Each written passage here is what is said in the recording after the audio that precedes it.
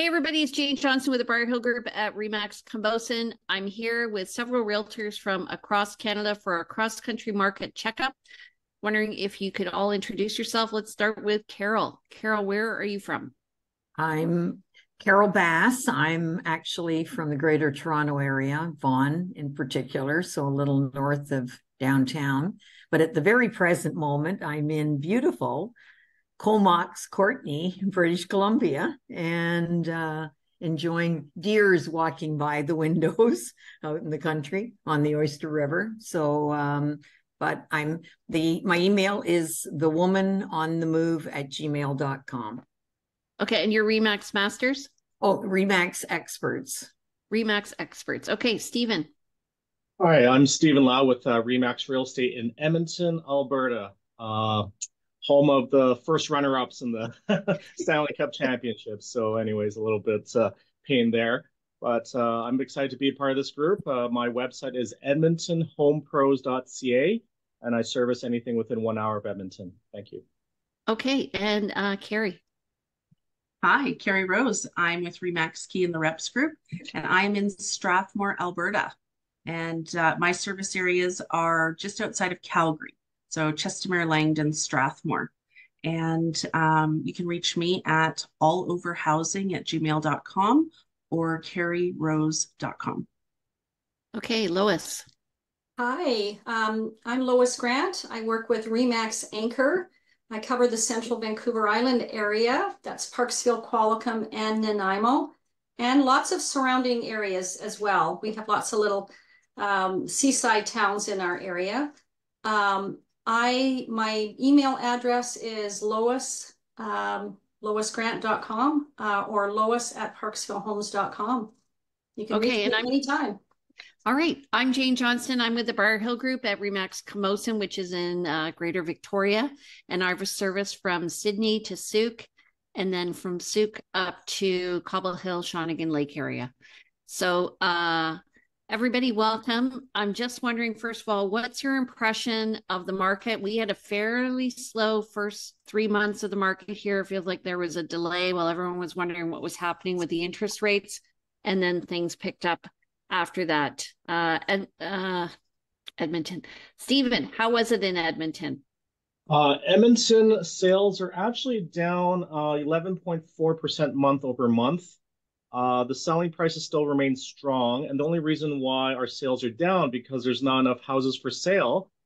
Because in the first quarter of this year, we had about 45,000 people move to the Greater Edmonton area, so that's quite the number of people. So we have a lot of people from out of town bidding up the prices, and there's not enough houses to sell. So we have to be really aggressive in terms of jumping on properties for sale to help our buyers. Are they moving from BC by chance? Yes, BC, Ontario. We've had a couple move here from the Ontario region, and even Saskatchewan. We have some people from Saskatchewan. And interestingly enough, some people from the Calgary area, particularly of the younger demographic, as Carrie will say, I think the average single family home in the Calgary area is now in excess of 700,000. And in Edmonton, it's still just north of 500. So there's a pretty big gap there. Okay. Well, that's a good segue to Calgary. How's it going, Carrie? It's good. So right now, what we're seeing this year is Edmonton is the glory move to child, so to speak. Prices are more affordable up north. So we have seen a little bit of a slowdown. Inventory, of course, is also down. So sales are down a bit, inventory is down a bit. However, those affordable price ranges are still really, really strong. We've still really only seeing, like in Chestermere, we've still only got 2 months of inventory. In Strathmore, we're only got 1.3 months of inventory. But what we've also experienced from last year to this year is with the lack of inventory, we've seen prices really jump in my markets. Okay, so we're going to come back and talk about that. How about you, Lois? I'm wondering if your market's same as ours. Was it slow at the beginning of the year? Yes, it was slow. We seem to be picking up, but with the summer coming in, we're feeling a bit of a pullback. we are getting a lot of listings. Our listings are up by 41% for the month of June compared to June of last year. Sales are down 5%. And our medium price, this is Parksville Qualicum, by the way, $890,000 for a medium sales price. However, in Nanaimo, listings are up by about 4.6%. Sales are down 12%. There's lots to choose from in Nanaimo. Lots of great product, lots of great deals, and the medium sale price there is about $834,000. Wow. And how about you, Carol? Actually, listings are up 67% compared to last year. It's been crazy. An average price is $1,162,000, which is down as far as price of only about 1.6%, but the number of sales are down 16% from last year. And even with this quarter of point interest rate, which a lot of people thought that was going to make a difference, the buyers are still requiring more of a drop before they're even thinking of getting in. But so the inventory levels have doubled since June last year. Now, I came back from Florida the end of February, and a few of my clients did listen. And March, we had a great March, but then all this listings, all of a sudden, by waiting to April, then people were finding they're stuck on the market. So I'm glad that my clients listened, the ones that for March, but condo market has really died downtown. It's just sitting. And a little north of the city, there has been some activity, but it depends. But I was going to just mention very quickly, personally, I found that properties over 2 million are selling, properties under 2 million are not. Interesting. So here in Victoria, our average price has come down. A year ago, it was just under 1.4. And I remember when we were half the price of Vancouver and Toronto, and now we're up near where you are, and we're now just over 1.25. Truly, though, where the activity is happening is just around 1 million. Anything between 900 to 1.2 is selling pretty fast in Victoria, especially if it has a suite. And then condos have, we've been flooded because of the change in rules regarding rentals and the elimination of vacation rentals. So a lot of condos came on the market. We had a bit of a glut in the early spring, which caused condo prices actually to kind of level out. So year over year, we're down from around 675. Now we're just under 600. And we're finding that people are hanging on. Sellers are trying to hang on to their price. And especially those who had vacation rentals, those were a premium price before, and now they've really had a hard time selling. So that's good. So are you finding we're finding here in Victoria that we're having a compression at the upper end. So our upper end prices are coming down. Our lower end is pretty steady. And so what's happening is it's a good time to jump in price, because when we bounce back, it's going to be an exponential rebound in the market. Anybody else finding that? How about you, Lois? You're kind of the same market as me on the island. Yeah, I find that there's a bit of a tug of war going on here. Like, sellers are not wanting to come down. Our average days on the market is about 30 days. So when we get to 50 days, we expect the sellers to adjust prices. We expect that even in 3 weeks. But a lot of them want to hang on to the price, and they're waiting it out, and buyers are waiting it out. Until we see hopefully another dip in the bank rate. The 0.25% really didn't do much for the buyers. The buyers have not, the recent interest rate cut hasn't really materialized in our market. I think if we get to another full percentage, that will probably spark a lot of interest for buyers to jump back in. But right now, they want a good deal. Buyers want a good deal, and sellers are hanging on. Okay, so we've had a change in legislation in British Columbia where people have, landlords have been advised now that they have to give 4 months notice if they want a tenant to vacate a property, which is changing the way the banks are going to have to lend the money and promise rates. Are you guys seeing anything like that there where you're anti investment? Oh, in Toronto, we definitely are finding a lot of, I mean, there's a lot of things. I mean, capital gains things that have changed have caused the cottage people to, or second homes and invest in home to do different things than they're thinking of. And something just came out today on the Toronto real estate was posted that is going to affect them more, even as far as capital gains. And I think some people were unaware of how it was going to affect them. And especially with probate, I've dealt with a lot of probate recently, and that's a huge issue for families that are just not prepared for how that's going to impact them. But also with your, another thing with the rental market or the investors going into the rental market is this idea that now they're trying to propose that if you do, we used to be able to get them out because you're going to do renovations. So they could get the tenants out and then renovate and do whatever. Now, London, Ontario has passed, and they're considering it in Toronto, that if you do kick them out to renovate, you have to give them first Right of option refusal? right of refusal as to whether they move back in and still pay the same rate. So it's affecting people. So here we do have a 4-month rental renovation. And if an owner is going to be taking occupancy, it was 2 months. So now that's 4 months as well. Carrie and Stephen, are you guys finding that people are moving to invest in Alberta now that we're kind of anti-investment in BC and feels like Ontario? Absolutely. I know in my areas, Strathmore, Chestermere, we're just seeing development like crazy. I get calls daily from, investors and developers from out of province, inquiring on where they can put up a 3-story condo complex or, those types of things. And we've got a lot of industry moving into our area as well. De Havilland is a big corporation. They're moving their headquarters to just west of Strathmore.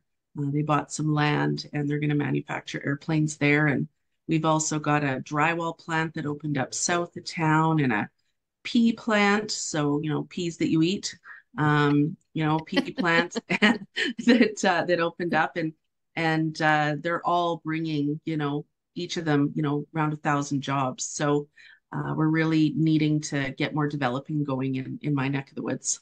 That's awesome. What about you, Stephen? A lot of people from BC have been calling me about multifamily. They're looking for cash flow properties because they see the rental vacancy rate diminish. And I think Canada is going to experience something similar to what you see even in countries like Australia, where you have lineups and people bidding up the rental costs. Okay, imagine it's like multiple offers in home sales. You have multiple offers in a rental market, so it's pretty insane. So now we're seeing vacancies where it used to be 3, 4, 5%. It's like down to below 1%, and the rental rates are jumping up because you hear the stats in Calgary for a 2-bedroom, 2-bath condo. You're at 2,200.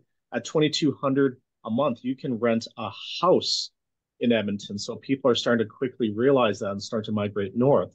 So with regards to investors from out of province, we're seeing a lot of people actually divesting their holdings in BC because the cap rate is shrinking. The cost of acquiring property is so high in BC, and the rental rates, because of government regulations, et cetera, can't keep up. So their returns are diminishing. So there are people who are literally selling things off in BC and moving their entire, money into Alberta for this, right? So that's a very interesting trend I'm seeing.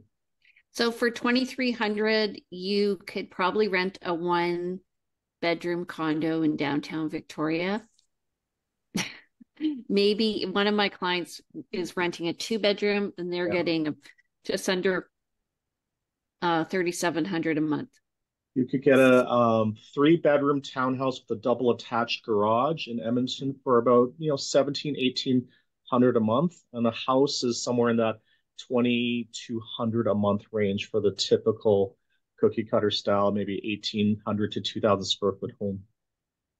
We have a Wow. new building that just got built in Qualicum Beach. It's quite a luxurious, nice condo complex, and they're already all spoken for. I think there's 140 of them, but they are around 3,200 to 3,300 a month. And they're not huge. And what do people do in Qualicum? Retire. They come here to retire. and they love going to restaurants, and there's lots of little nice things to do for retirees. It's a great community. Parksville and Qualicum are two communities that are 5 minutes apart, so they are almost like one, but they're seaside communities, and we've got music festivals going on all summer, and we've got the beautiful beaches and craft breweries and beautiful restaurants and that sort of thing. Yeah, like I imagine it being a retirement community, so you'd think the price would be more reasonable than Victoria. Well, let me put it this way. We have a lot of retirees looking for cleaners. Cleaners are now charging $45 to $60 an hour. Simply put, they have to be able to live in this area. And in order for them to live in this area, they have to charge higher prices. So we have a lot of frustrated people with landscapers, cleaners, you know, that industry. Even just finding people to work in our smaller communities here is very hard. Huh. Okay, so here's a question for you. If somebody had $750,000 and they were moving to your city, what could they buy? Carol. So, to the city, or should I really expand Greater Toronto Area? Isn't it qualified? Drive till you qualify in Ontario? I could probably get you something in Peterborough. Maybe, but even a townhouse is close to $1 million, even just outside of, even in the outside areas. Even at one point when Oshawa was considered, okay, you're getting Pickering, Ajax, and you're going to Oshawa. Danny Woods just told me this morning, but he's thinking of selling one. And I said about the price range, and he bought it for 188 in 2014. And he's saying before everything went nuts. But you've got to go way out. And I don't even for a condo, I could probably get them a condo for $750. Okay. Maybe a 2-bedroom, maybe even in Richmond Hill. Okay. But the maintenance fee might cost you $1,000 a month. Okay, good point. Yeah, which means you're really probably financing $1 million. Right. Okay, Carrie, what can 750 get you in Strathmore? Actually, quite a bit still. So our benchmark for detached right now in Strathmore is 535. So you can actually get a prime location with about a 15-year-old bungalow, upwards of 1,600 square feet, fully finished walkout basement, backing the canal. We have canal waterways through our town, and that's a nice location, and you can see the mountains. And you know, that's what you can get for 750. I have a question. Yeah. Is 1,600 the main floor, or is that both floors? So it'd be 3,200, really? Yeah, 3,200. Yeah. Okay, I've sorry. actually got one coming up. If anybody has anybody. And then, you know, condo, for example, you can still get into a condo in Strathmore for under 300,000. Your maintenance fees are going to be anywhere from $200 to $400 a month. Wow. Okay. Stephen, what can you get for 750 in Edmonton? I would say an estate house. Most times, once you're at $1 million, you almost guaranteed have a 3-car garage. Okay, at 750, you have potentially a 3-car garage, depending on the neighborhood, but for sure a 2,400 square foot house, about 2,400 to 2,600 square feet, possibly a 3-car garage, and sometimes even with a finished basement for 750,000. So you're talking about including a basement, probably 4,000 square feet with a 2 to 3-car garage in a good neighborhood. And just so you know, the newest statistics for July is the average single family detached home is 539,438 for the average detached home. A townhouse can be had for 290. That's the average. And for a 2-bedroom condo, it could be between, 200 to 250 for a good one in a good neighborhood. Wow. Okay, Yeah. I'm moving to Edmonton. I'll sell you Lois. something. Not in the winter. It's not that bad. Climate change. It's not that bad. Lois, what do you have for You can buy a lot here for under 750. You can buy condos, you can buy townhouses. You can buy houses as well. We are seeing houses like a 3-bedroom, 2-bath ranch. They're not newer, of course, but they are, you can get a little cottage in Parksville, Qualicum Woods. Nanaimo, there's an abundance for 750. Yes, there's a lot of homes. The average sale price of a home in Qualicum is $996 in the Parksville Qualicum area. I was doing mediums earlier, and in Nanaimo, the average sale price of a home is $861. So $750 can buy you a house, townhouse, and a condo. Okay, well, I'm pulling up my data. For 750,000, you cannot buy a house in Victoria. Mm. You can't even buy a house in Sooke. The average 6-month average in Sooke is 948,000. The median price is 837. And in Victoria, it's 1,229,000. If you really want to move to Oak Bay, which is our kind of Tony area of Victoria, the median price is $2,032,000. And you can get a condo in Victoria for probably a 2-bedroom. The median price is $540, but the 6-month average is $642. So, and if you move slightly outside of Victoria, you can get a condo for sure, or you can definitely get a townhome on the West Shore and in Esquimalt for $731. But it's you're gonna have to do the same thing you do in Toronto, which is drive till you qualify. The market's hotter in the core and it's cooler on the outside. Same thing, hotter down below, cooler up. Mhm. We don't have a big range in price here. We have like a low high. So whereas Toronto might be here and here, we're like this. So it's a good time to move up. Okay, so tell me, what's your prediction for the last half of the year, Lois? Yeah, well, right now I'm thinking we're in a balanced market in some ways. We all know it's dependent on those bank rates. So for the rest of the year, I think we're just going to stay on track, balanced. I do believe sellers need to be more competitive. If you're priced well and you have nice upgrades in your home, homes are selling, but if you are overpriced, you will sit. Yeah, price sensitive. Okay. Carol, what's the rest of the market going to do for this year? They do believe that we're going to, I mean, with another interest rate drop, I doubt it very much. Well, we're almost done July anyway, and it didn't happen, but September, there might be another drop. But, and a lot of people, whether they're just being optimistic, because we've got a kind of a two thought patterns here. Some are saying we're in bad shape and nothing's moving, and some people seem to think we are going to improve.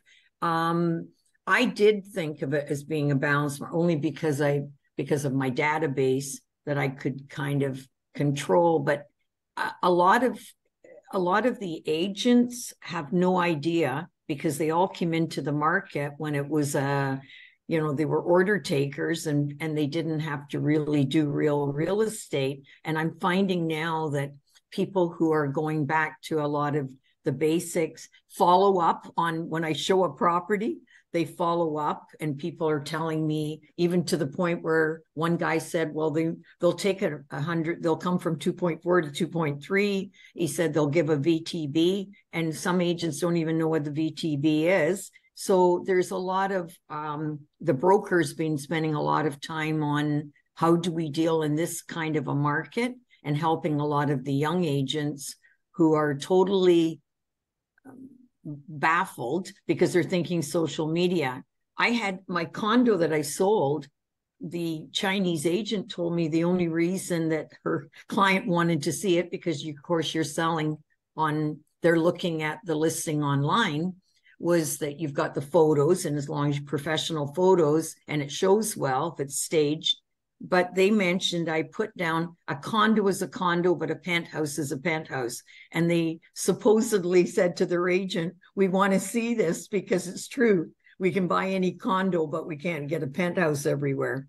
So, and that helped me sell it. But that's all I can say, is that agents are having to be more professional and do their job, and actually really prepare their clients in advance, or educate their clients as to this is what's happening in the market, and having them almost sign a price adjustment, not a reduction, price adjustment in advance. If it doesn't move in 2 weeks and we don't have any showings, this is what we have to do if you're serious about selling.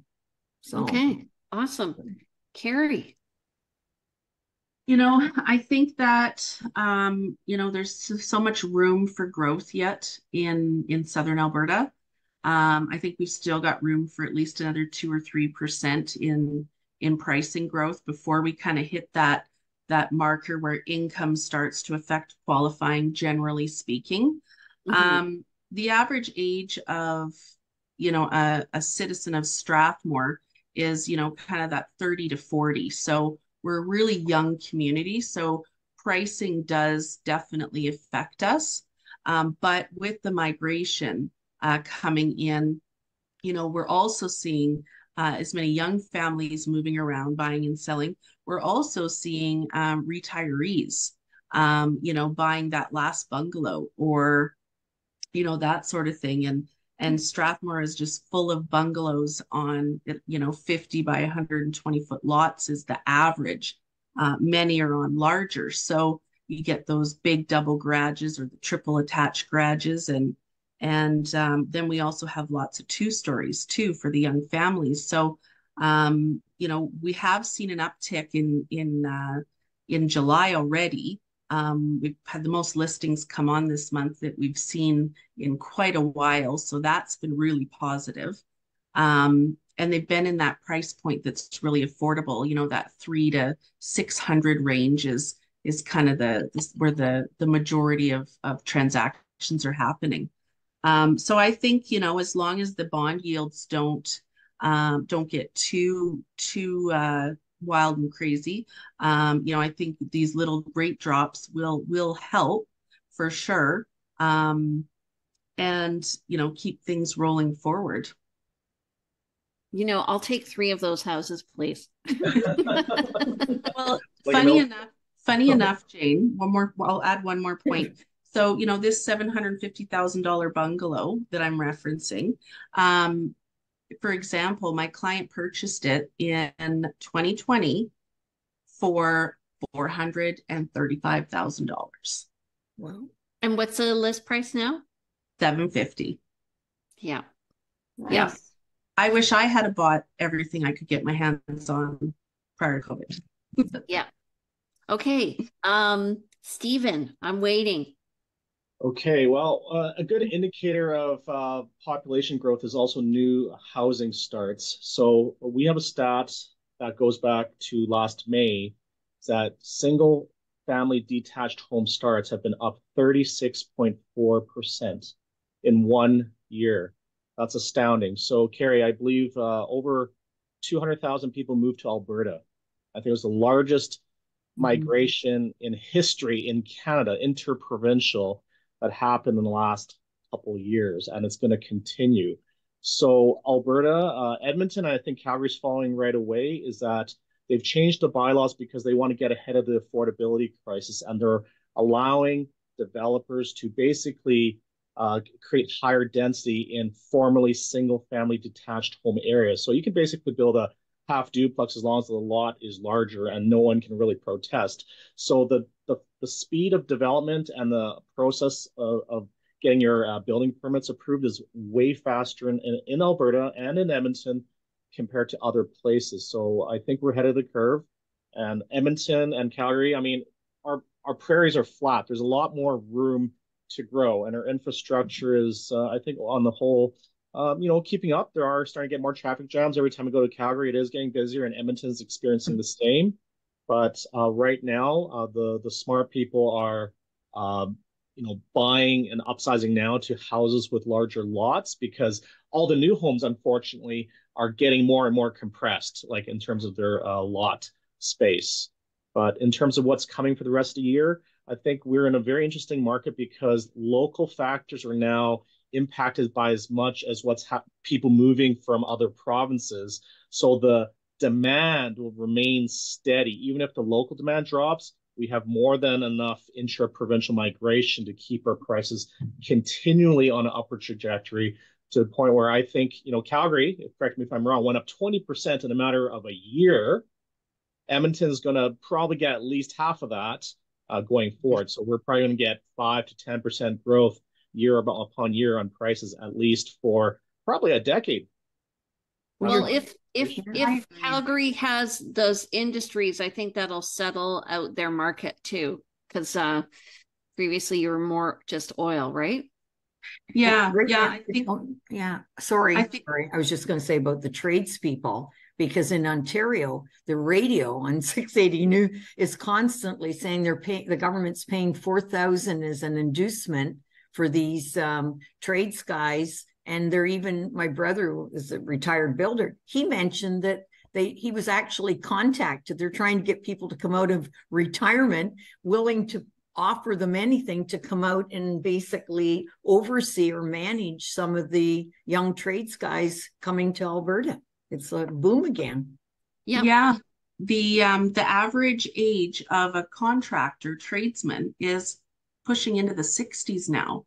Whereas, 10, 15 years ago, apparently it was more around that late 30s, early 40s. So we are definitely seeing that sort of thing. And I think, Stephen, in Alberta, I think that we're just kind of going to go back and forth. It'll be hot up there until you kind of hit a price ceiling. And then we'll heat up down south here while you cool off. And I think it's just going to go back and forth, over the next 10 years as all this growth happens. So Victoria, I had to look this up now that you guys have all mentioned average age. The average age is 44.5. What you said is interesting about tradespeople because if you said 15 years ago they were in their 40s and now they're in their early 60s, obviously there aren't a lot of new people coming in. They're just moving up in age.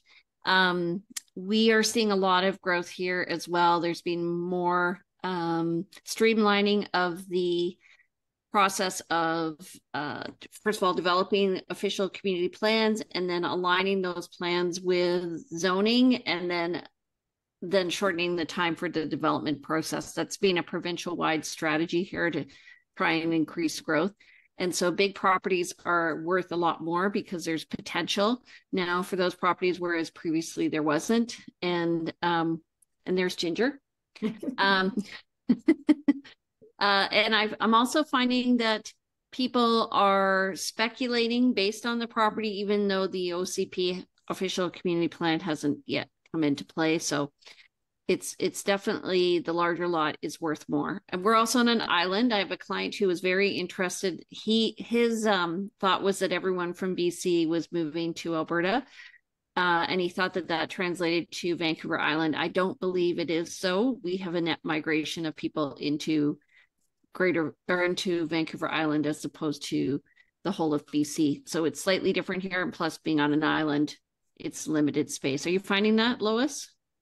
Yes, I do. We do have lots of people moving to the island, mostly retirees. And it's interesting you talk about average age. In Nanaimo, it's the average age is 44, and the average age in Qualicum Beach is 61. So they're close together, but yet they're so different. Migration. My understanding was we lost 55,000 people to Alberta due to work and housing. A lot of young people are struggling with housing here. There's no question about it. So Alberta seems to be a good choice for a lot of young people in their 20s, 30s trying to get started in their career and not having to pay so much in their rent. So Yeah, but we still do have a lot of people moving here. It's a really desirable island.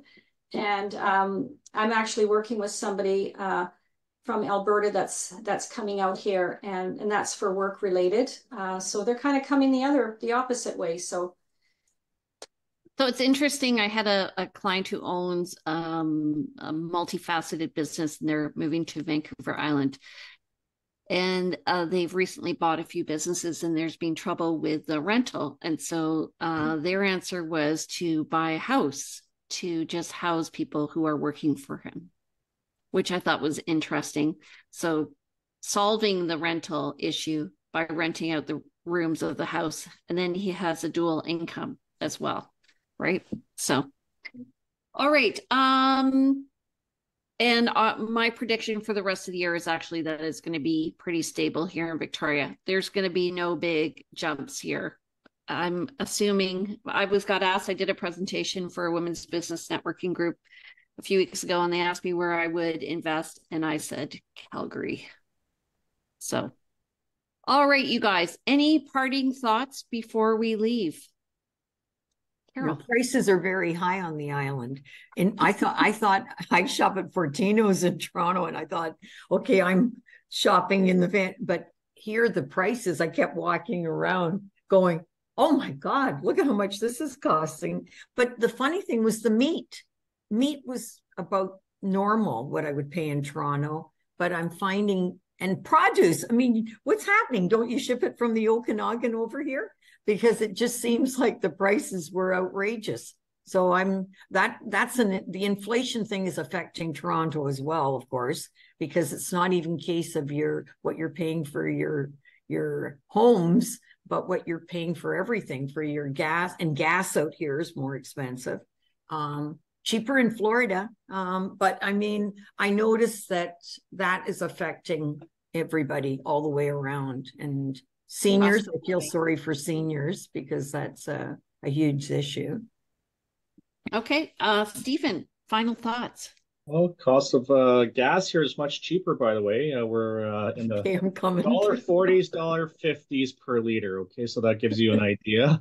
And we have no provincial sales tax, so we only have a 5% GST. So when people say inflation's eating into your life, well, you can at least claw back 5% in Alberta, and then your housing price is a lot less. So, and by the way, Edmonton's average age is 36, to put things into some perspective as well. Wow. Okay. Real estate market again will continue to be strong, and I think Edmonton, we will be getting the seconds. The people who can't afford Calgary are now moving to Edmonton. So. Yeah. Okay. Carrie. Yeah, we're definitely seeing that, Stephen. Yeah. I think just as a final thought, I think that Alberta's on the right track to accommodate all of the growth. I mean, there's always troubles, for sure. There's always things that could be better. But I think that, there's lots of communities outside of the big city centers that offer a great lifestyle. Strathmore, for example, 14,000 people. And actually, we just hit 15,000.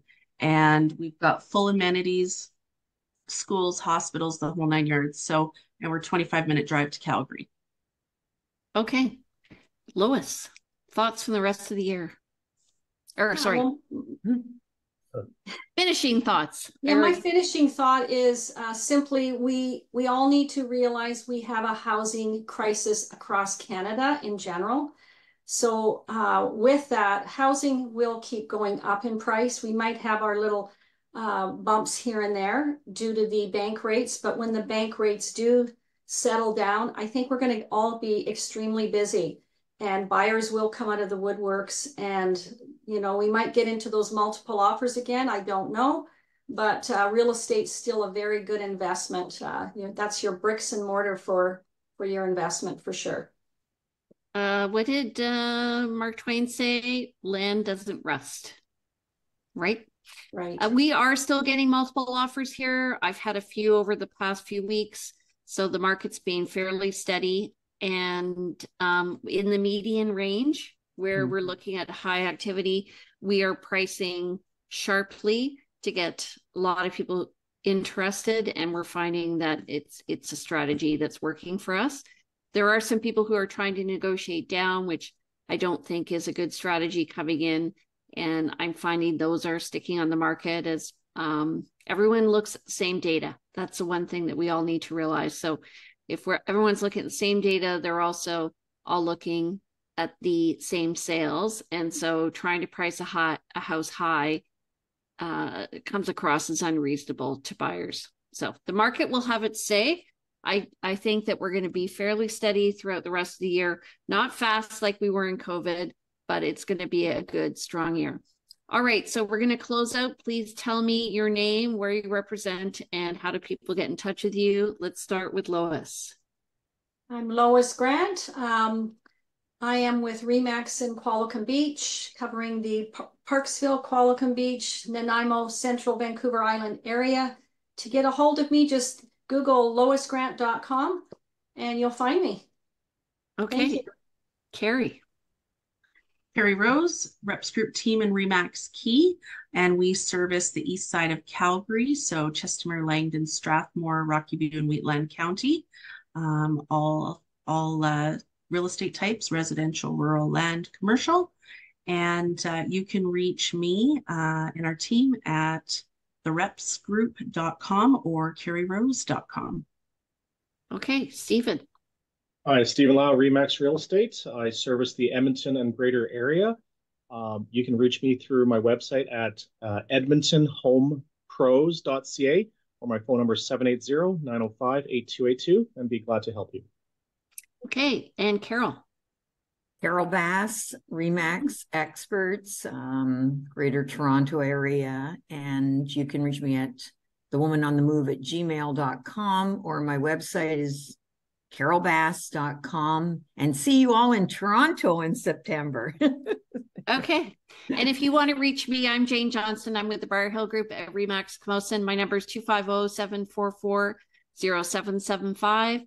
You can look at these videos and more at briarhillgroup.com. And if you want information about what's happening in the city, you can email me at briarhillgroup@gmail.com. Take care, everybody. Have a great rest of the year. We'll probably do another one of these in September or October. All right. Take care. Bye-bye. Thanks, everyone. Bye. Bye.